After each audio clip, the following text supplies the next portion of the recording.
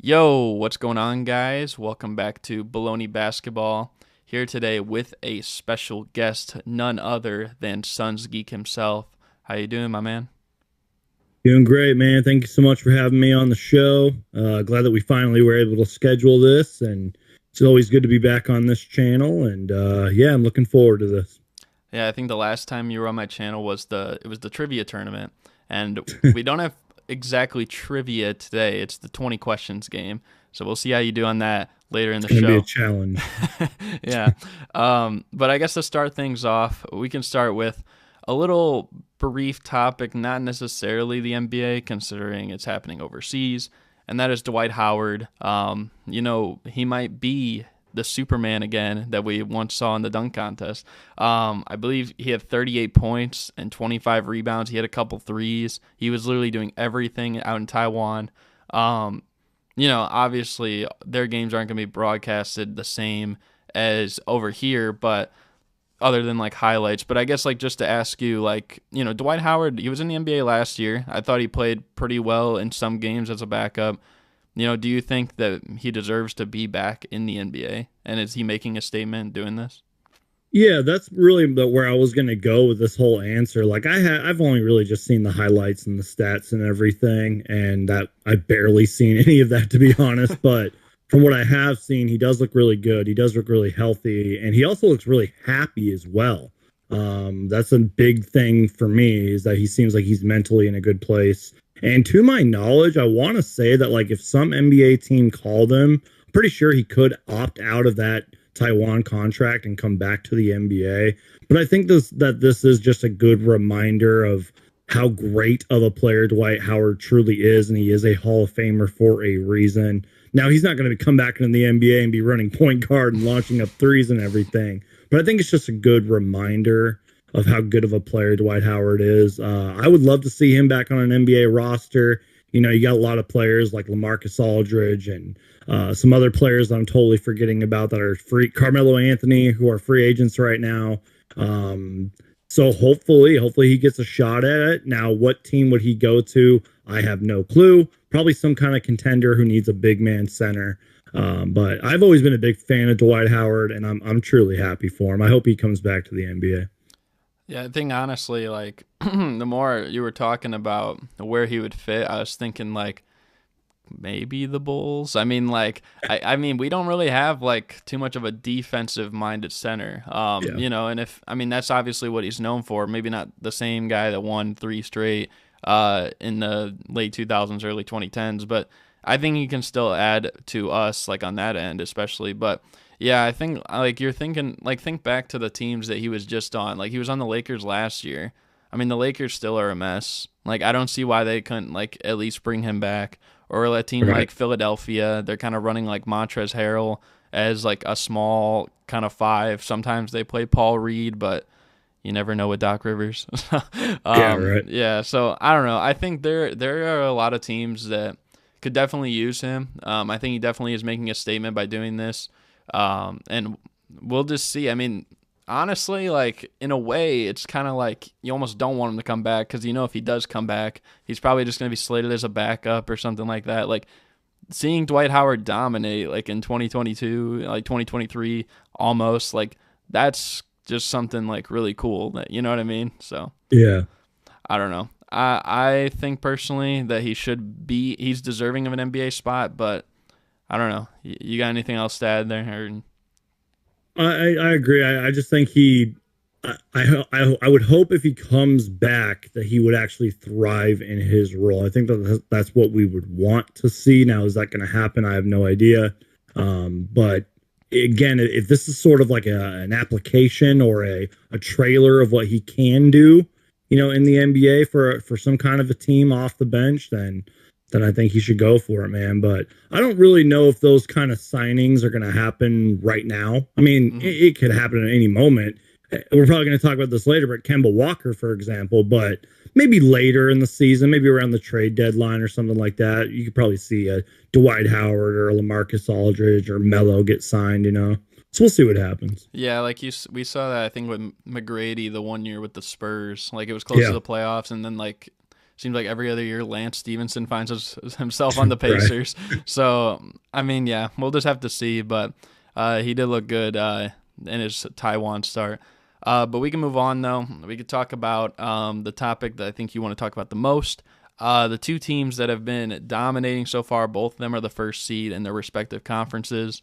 In the East, you got the Boston Celtics with the best record. And out West, you got your Phoenix Suns.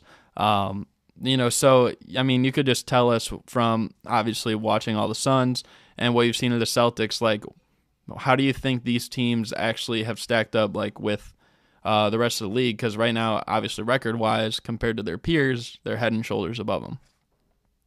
Yeah, I mean, let me just start with the Boston Celtics actually first. Just from what I've seen, I feel like from the jump, they have just played very great basketball. I mean, I feel like they are a little better than their record shows, just like the Phoenix Suns. That was kind of my whole point that I was going to say about the Suns. I'll get into that in a little bit. I feel like both of these teams are better than their record shows. And really, in reality, I feel like a lot of NBA teams are better than their record shows, for better or worse. But yeah, the Boston Celtics, man, they just haven't missed a beat. It seems like even if like Jaylen Brown's out, Jason Tatum will step up, or vice versa. They also got like some bench guys playing very well for them. Malcolm Brogdon's played very well. It feels like they've really put away all the distractions with the head coach Ime Udoka, that whole controversy scandal, and their current, I forget his name there, but their current head coach seems to be coaching them well. Seems like they have a great culture over there. And, you know, they went to the NBA Finals for a reason. So hopefully that answers your questions in terms of the Boston Celtics. Now, the Phoenix Suns, the reason I brought up the record thing is because, you know, we're 14-6. And before we were 14-6, somebody on Twitter brought this up that I think it was like 3 or 4 of our losses were by like 2 points or something like that. So like a total of 6 points. Something like, it was some kind of stat that I'm totally butchering right now, but it's pretty impressive. Like the besides maybe a couple duds, a few of our losses have only come by a couple of points. So that goes to show how great of a team the Phoenix Suns are, especially on the defensive end. Even though some games are closer for comfort than I would like them to be, our defense is absolutely solid. The vibes are good right now in Phoenix. I even joked about that today on Twitter. Because a lot of people are poking fun at the Suns and trolling us, saying the vibes are bad in Phoenix for the whole Robert Sarver stuff and all that. DeAndre Ayton, Monty Williams, and rightfully so. They had a reason to troll us, but we're trolling them back now. We're one of the best teams in the league, man. Devin Booker's playing at an MVP level. DeAndre Ayton just won Player of the Week. He was absolutely dominant this week, and he followed up, you know, last night with a great performance as well. I think it's like 6 straight double-doubles for him. So yeah, life is good in Phoenix right now, and we're hoping, and I can't believe I completely forgot to talk about this.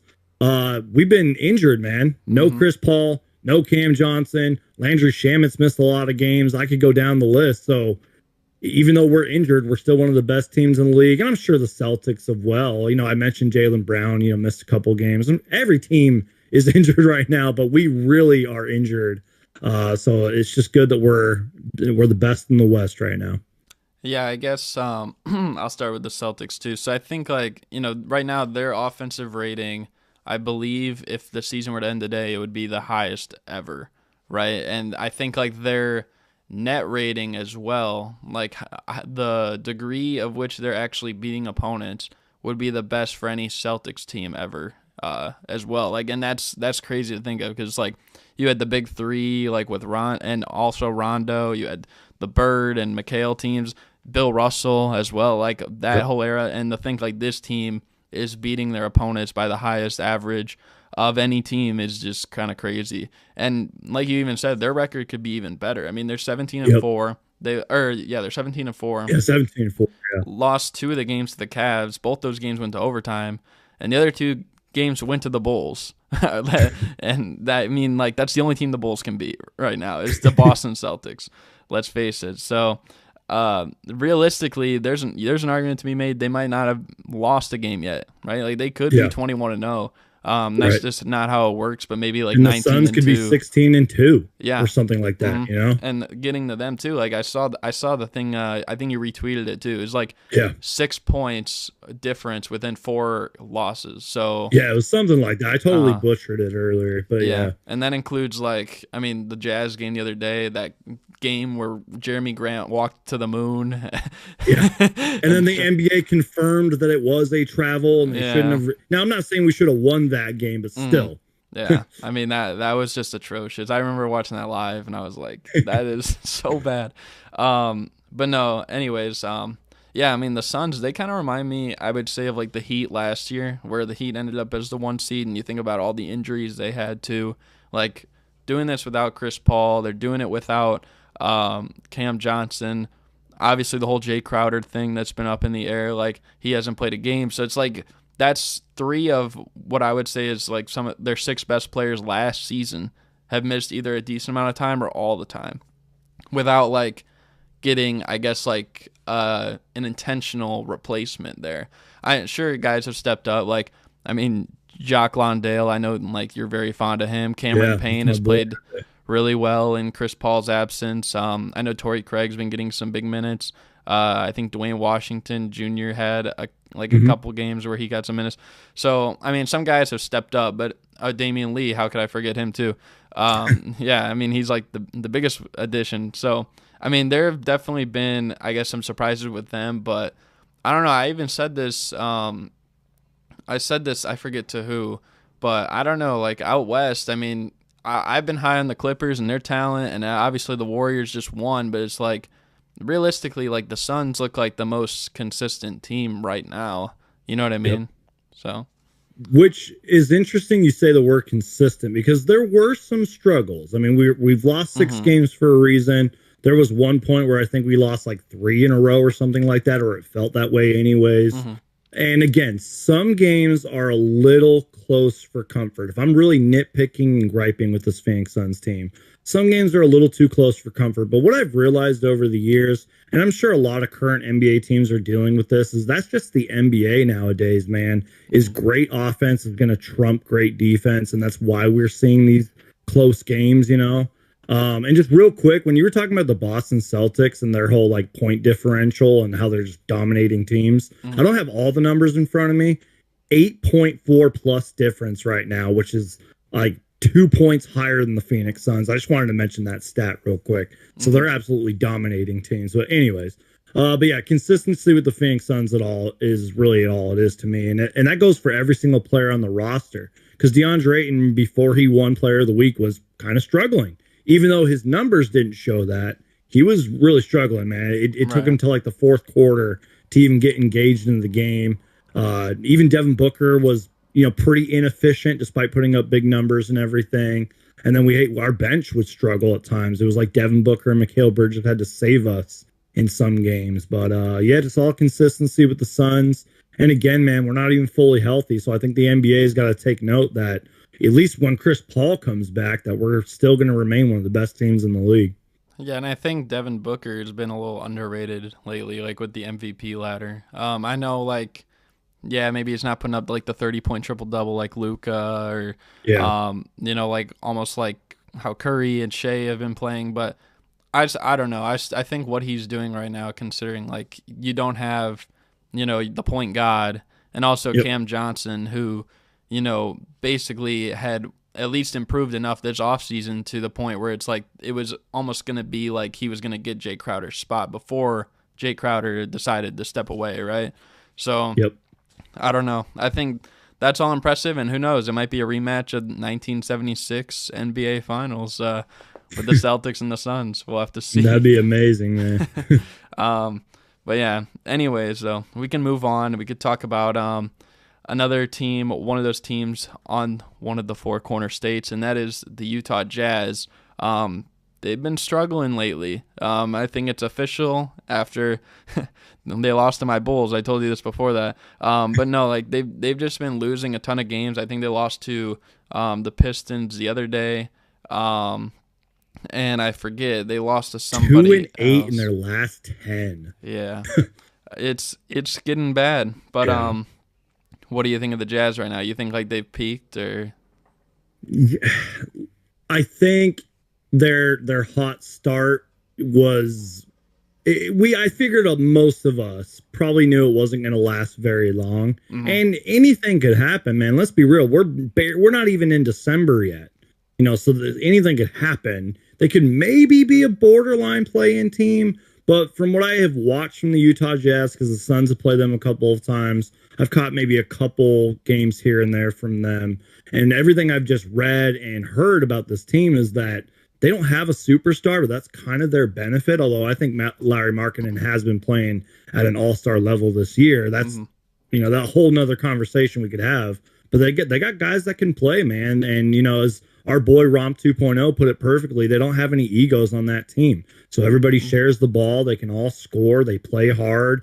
Big props to Will Hardy. Even though, again, as I just mentioned, they are 2-8 in their last 10, and they're lost 5 in a row. They're a young team, man. This is the first year of I guess we're assuming rebuild, although it didn't really seem like they were rebuilding right away. But yeah, I think they've peaked. I think maybe best case scenario, play-in tournament. Worst case scenario, they end up a lottery team, and they got maybe another draft pick to this already rebuild, and maybe they could flip some of these picks or younger players for actual talent. Well, I mean, they have talent, but you know what I mean, like superstars, all-star players. But again, just props to Will Hardy and the Jazz, man, and Danny Ainge and all them, and we'll just have to see what happens. Yeah, worst case scenario, they get a lottery pick, and then they get Victor Wembanyama. No. Exactly. But I mean, even then, we're not going to talk really about the Timberwolves, but I mean, the Jazz, even though they've been struggling, they still do have a better record than Minnesota as well, which you also think about. They have their pick, and now, of course, Towns just got injured the other night. That could be huge for them, like if they end up missing the playoffs and then the Jazz as well. I mean, that's 2 lottery picks right there.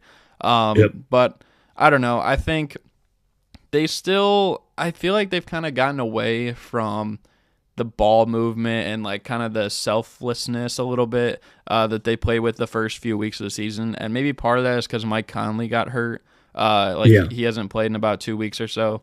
And I kind of had that feeling, even though it's like, sure, Markkanen's been the best player on the team. You could say Jordan Clarkson's probably been the second best. But I think like Mike Conley is kind of like the true engine of that whole squad. And maybe when he comes back, I think he's supposed to be back soon. They can get it back going. The good news for them, I think it's like, I think they have like 8 of their next 10 or something like that are home games. And they've been better at home than they have been on the road this year. Granted, they just lost their last one, but I don't know. I think, like you said, they could still be a play-in team. They're already, I believe, 9th as of now, and it's like it's going to be tough to expect them to play better than any team above them, maybe even a couple below them. So it's going to be hard, but I don't know. I still think they're interesting to watch. Like you said, Markkanen has been great, and obviously I like to see that. Malik Beasley has had I think back-to-back near 30-point games off the bench. Jared Vanderbilt as well. Like they've had a lot of guys that just play hard, play well. Kelly Olynyk had a game winner. So yeah. I don't know. I think they could still be decent. I don't know if they could be that team though at the very top. You know what I mean?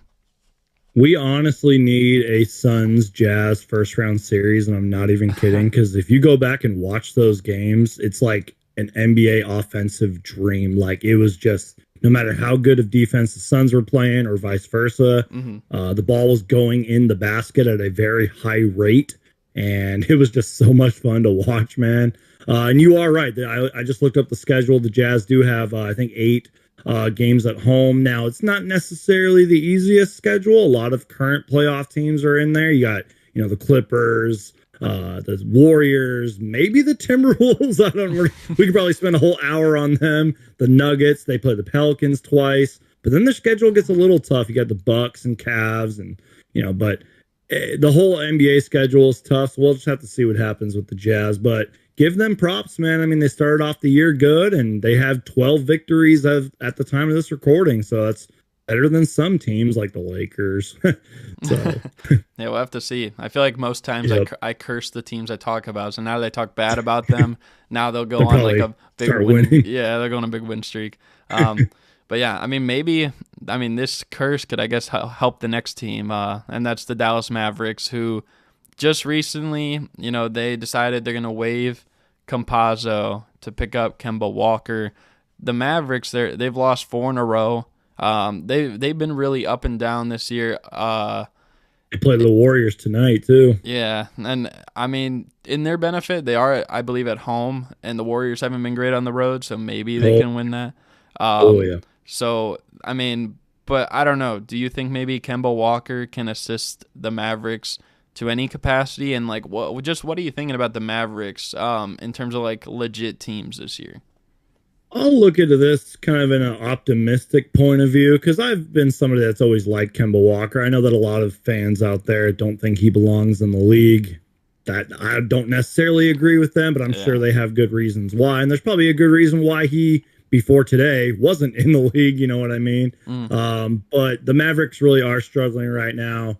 I'm not going to lie. I haven't really seen too many Mavericks games, but from everything I've researched, it's pretty much just been all Luka. And I'm not saying that Dinwiddie hasn't had some good games or Christian Wood hasn't had good games, but they clearly are missing Jalen Brunson. They're clearly missing at least another superstar. You know what I mean? Like at least Devin Booker has a Mikal Bridges or a DeAndre Ayton that he can currently go to, or maybe some guys off the bench. And that's not happening. It's literally all Luka right now. And even though Luka is, one of the greatest players ever so far, he can't do it all himself, man. And that's you got to really be wondering what the front office is thinking going forward. I mean, I'm not saying Luka's going to want out and request a trade, but like you got to get Luka some help eventually. How are you going to do that? So going back to Kemba, where I'll get a little optimistic is maybe he's been working on his game while he's been gone and having all this time off.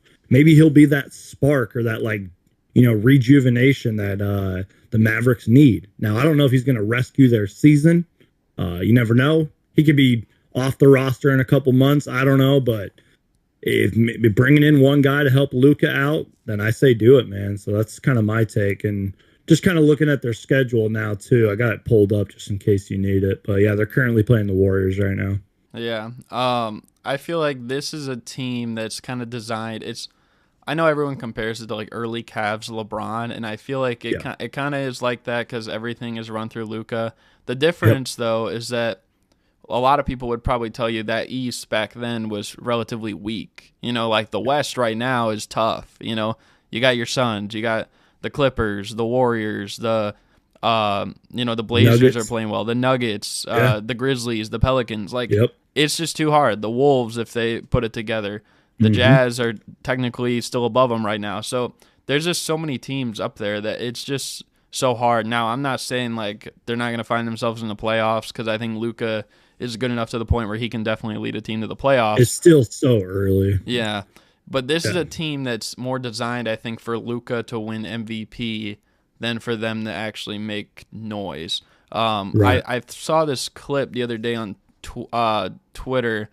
It was near the end of the game, I think against the Raptors, and Luka was getting doubled, and he threw it to, it was either Kleber or Dwight Powell, and the big men they don't know what to do really with the ball. They don't make a move, like they don't attack the basket, or they don't, draw like the 2-on-1. They just hold, wait for a play to draw up itself or something. Like they're looking for someone to bail them out. Like that's a big problem. And my fear with Kemba Walker on the Mavericks is that, we've seen instances where guys that can go get a bucket. I'll even throw out 2 former Phoenix Suns, Brandon Knight and Isaiah Thomas, right? They both were on the Mavs the last few years, and they only lasted for about 10 days and didn't really make much of a mark because that's really not what the Mavericks needed. So Kemba Walker, I mean, I think personally he's just as good, if not better. Well, he probably is better. At this point, he probably is better still than both those guys could contribute right now, but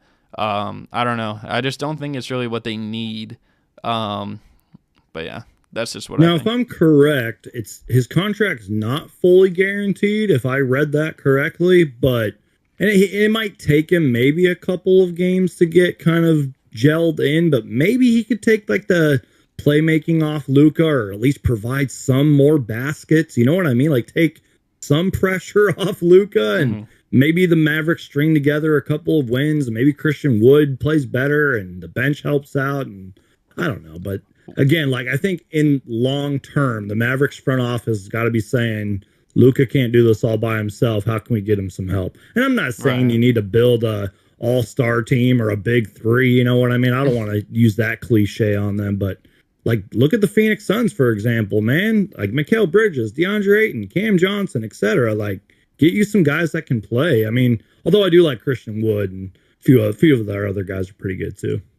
Yeah, I mean, we'll see. Maybe he's utilized better than those two guys in particular that I mentioned, but it'll be interesting. I think Kemba is going to come out with a little bit of vengeance, though.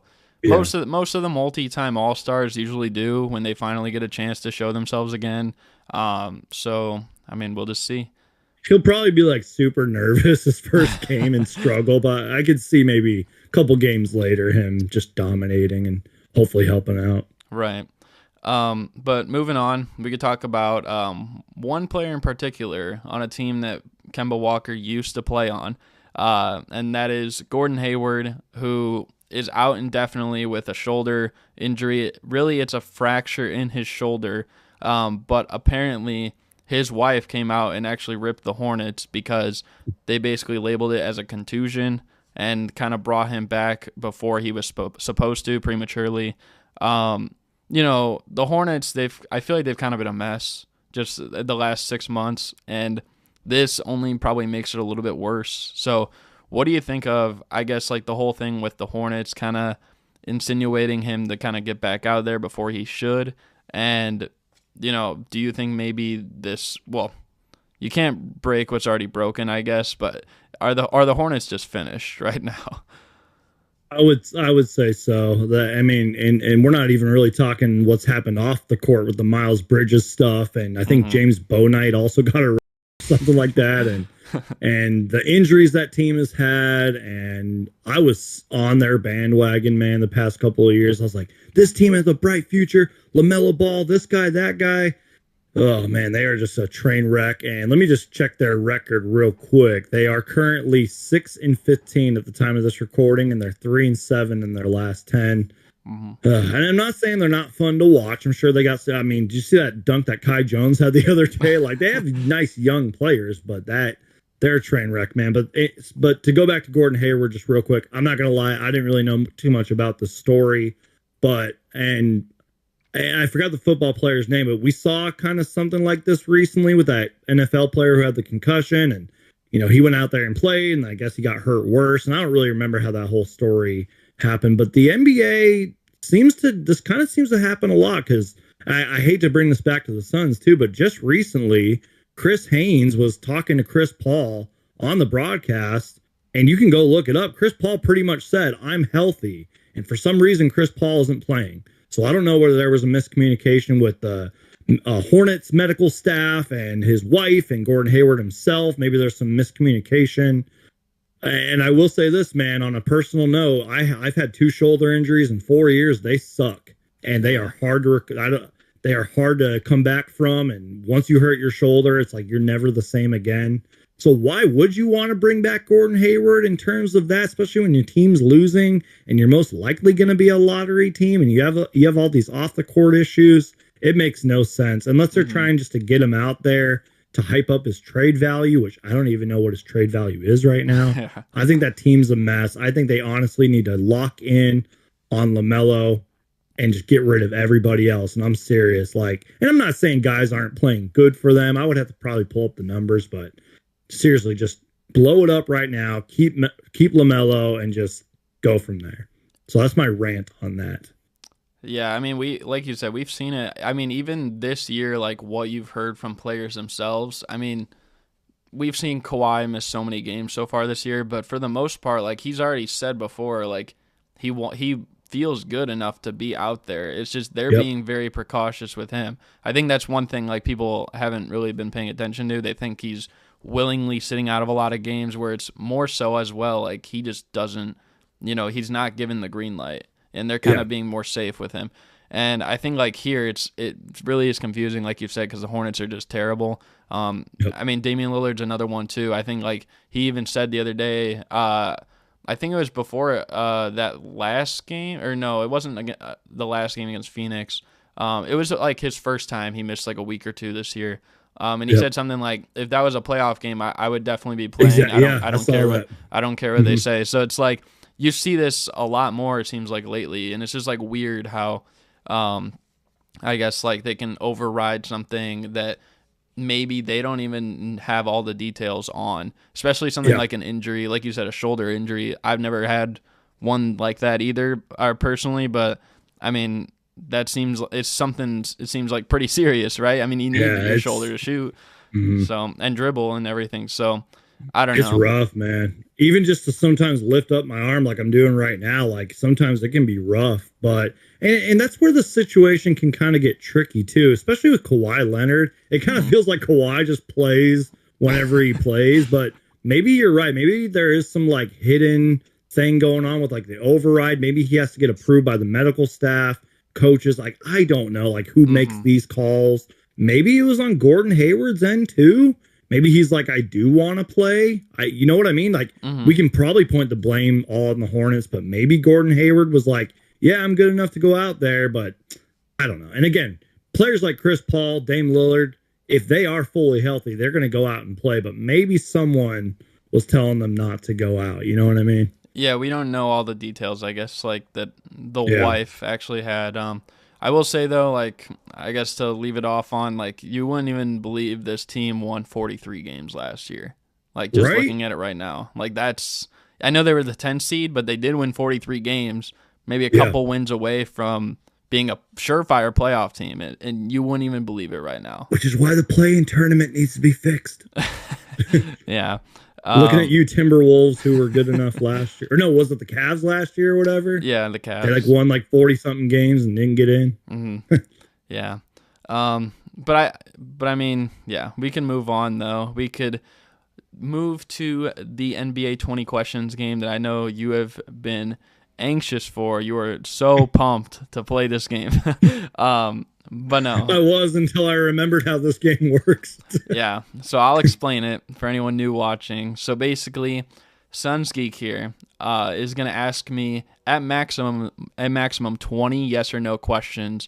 It could be the thing that he's trying to guess could be a current player, a former player, current team, former team, a coach, a basketball move, something like that. And basically, after every single hint question you ask me, you'll get one opportunity to guess. Now, you don't have to guess after every hint question, but you are given that opportunity. If you simply don't know, you can just straight up give up. But the maximum amount of points you can get is 60, 20 per question. Are you ready? I think so. I'll do my best. All right. Fair enough. So on the first question, you can ask away.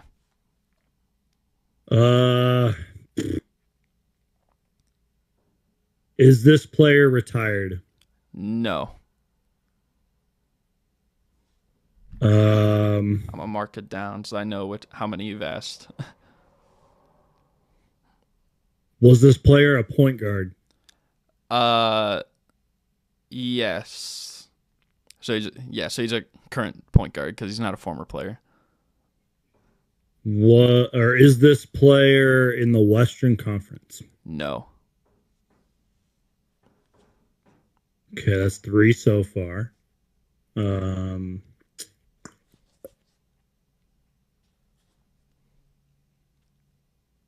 Has this player averaged 20 points per game or more? Like in any particular season? Yeah, any particular season. No.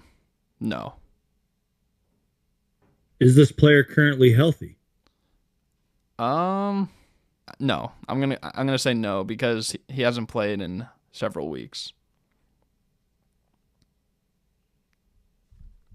That tells you player. That tells you about how much I watch this team.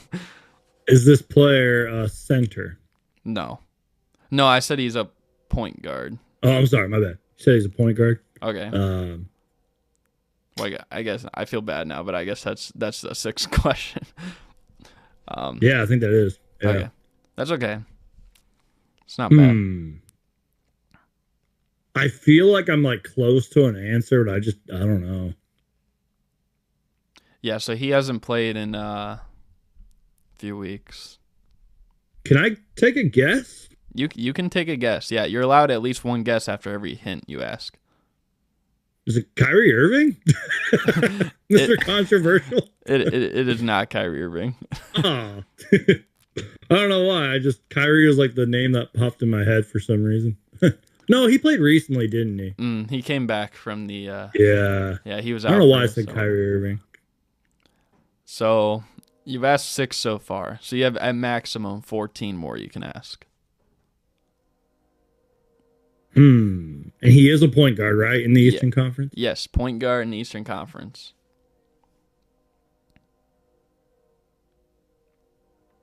Is his team in the top 5 right now?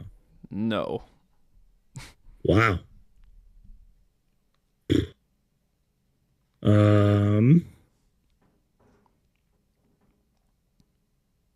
don't know. I feel like I was on fire for a minute with the questions, and now I'm slowing down. I don't know. I think I'm drawing a blank right now. Well, you know he's in the East. Oh, okay. I have one more answer. Okay. I don't know why. This just popped in my head. Cade Cunningham? It is not Cade Cunningham.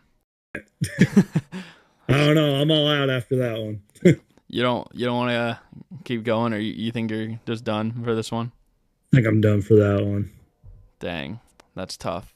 Okay, so I feel like I was close too. You were kind of close. So you were thinking 15 seed. This team is the 14 seed. I personally feel like he's more of a shooting guard, but he's labeled a point guard, and that is Cole Anthony. Wow. Yeah. So I didn't even. Yeah, that's a tough one. But I was thinking like if you would have asked like a father-son type of thing, maybe you could have got it from there. Yeah. But there's not many of those. Yeah. So that's tough. But it's okay. You still got 2 more. I was close with that Pistons, Cade Cunningham. you were close with that. So unfortunately you didn't get any for that, but there's 2 more yet. 2 more questions. Are you ready for question number 2? Absolutely not. All right. Well, that's good enough for me. So you can ask away. Is this player in the Western Conference?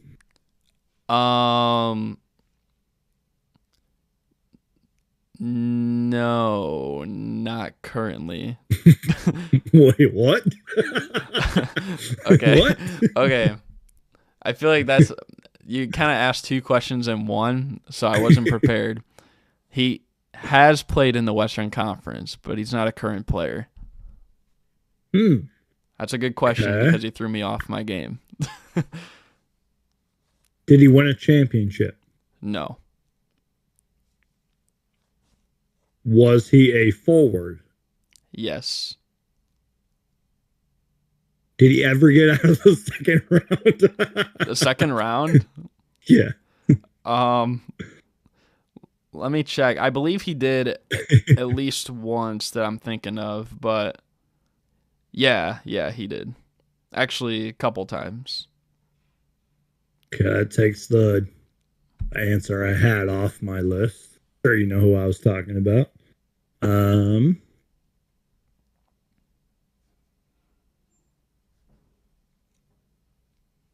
Was he a center? No. I don't know why I keep going back to that question. No. So you have that he was a forward, and I said he played in the West. He's a former player, and he's made it past the second round a couple times. I feel like you should get this one. Sean Marion? I don't know why. I just thought Sean Marion. It is not Sean Marion. I don't know. I'm drawing a blank. Western Conference forward, not in the league anymore. Mari Stoudemire? Is it a Suns player? It is a Suns player. He played on the Suns. It wasn't Amari or Marion. No, it was not Amari Stoudemire. Thunder Dan. It was not Dan Marley either. Charles Barkley. No. So every like additional guess you make, like if you don't like ask a hint, like it takes another like point off. So I'm running out of hints so too. I don't even know. 7 used right now. I don't even know what to ask. He might be on your board. I don't know for sure, but I'm trying to look and see if he is.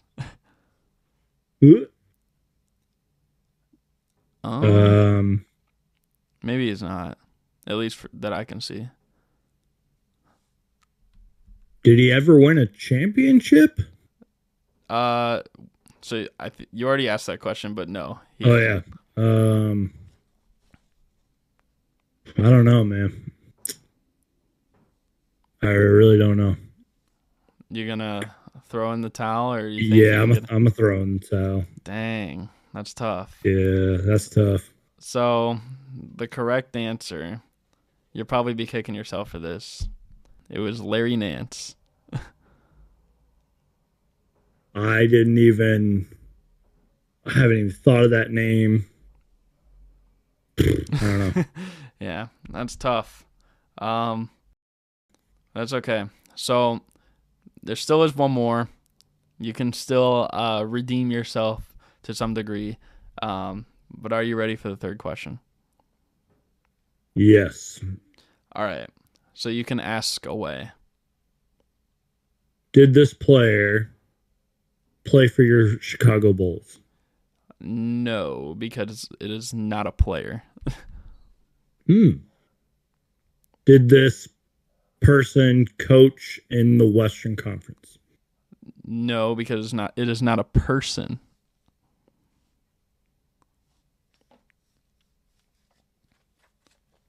I'm already running out of ideas already after that.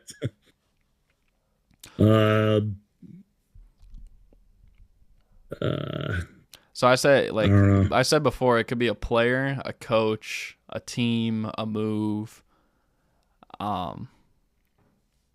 Is this team in the Western Conference? Yes.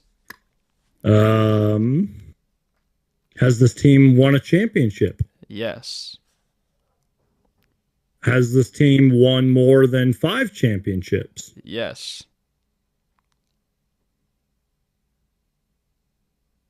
The Los Angeles Lakers. I don't know. It is. Yeah, let's go. It is the Lakers. Right. I had to think. I was like, wait, Western Conference, how many teams won more than 5 championships? Mm-hmm. Yeah. I had to think about that for a minute. I felt like it was only fitting I had to put the Lakers in there because I feel like I gave you a really hard current player as well. These trivia games, I love them, but I hate them. I will say, I don't know why. I was under the mindset that it was going to be like you asked me 20 questions, or like I asked you, was like well, when did this guy average this, or when did this guy do this, or stuff like that. My whole mind wasn't even on the 20 questions game. Yeah. I will say though, you did with the last question. You got the most points for a single question in the show's history so far. So hopefully you feel good with that. But I guess one more thing before we close out the show, just a simple question.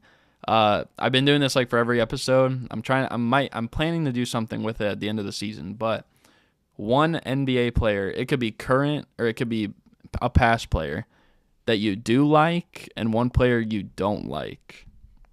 Can I just start with the don't like? Yes. Robert Horry. And look, I've done some research. I don't think he's ever like publicly apologized for what he did to Steve Nash. Maybe I'm wrong on that. Maybe he has. And I'm not saying he's a terrible person or anything, but I don't like him. That's respectable. Never have. I think his whole championship rings is overrated. That's just my personal opinion. Now, somebody I do like, man, I mean, look at everybody on my wall right here. I mean, I could go all day. I mean, LeBron's obviously one of the greatest of all time for a reason. Rest in peace to the late great Bill Russell. Um, yeah, I don't know. Just so many, so many.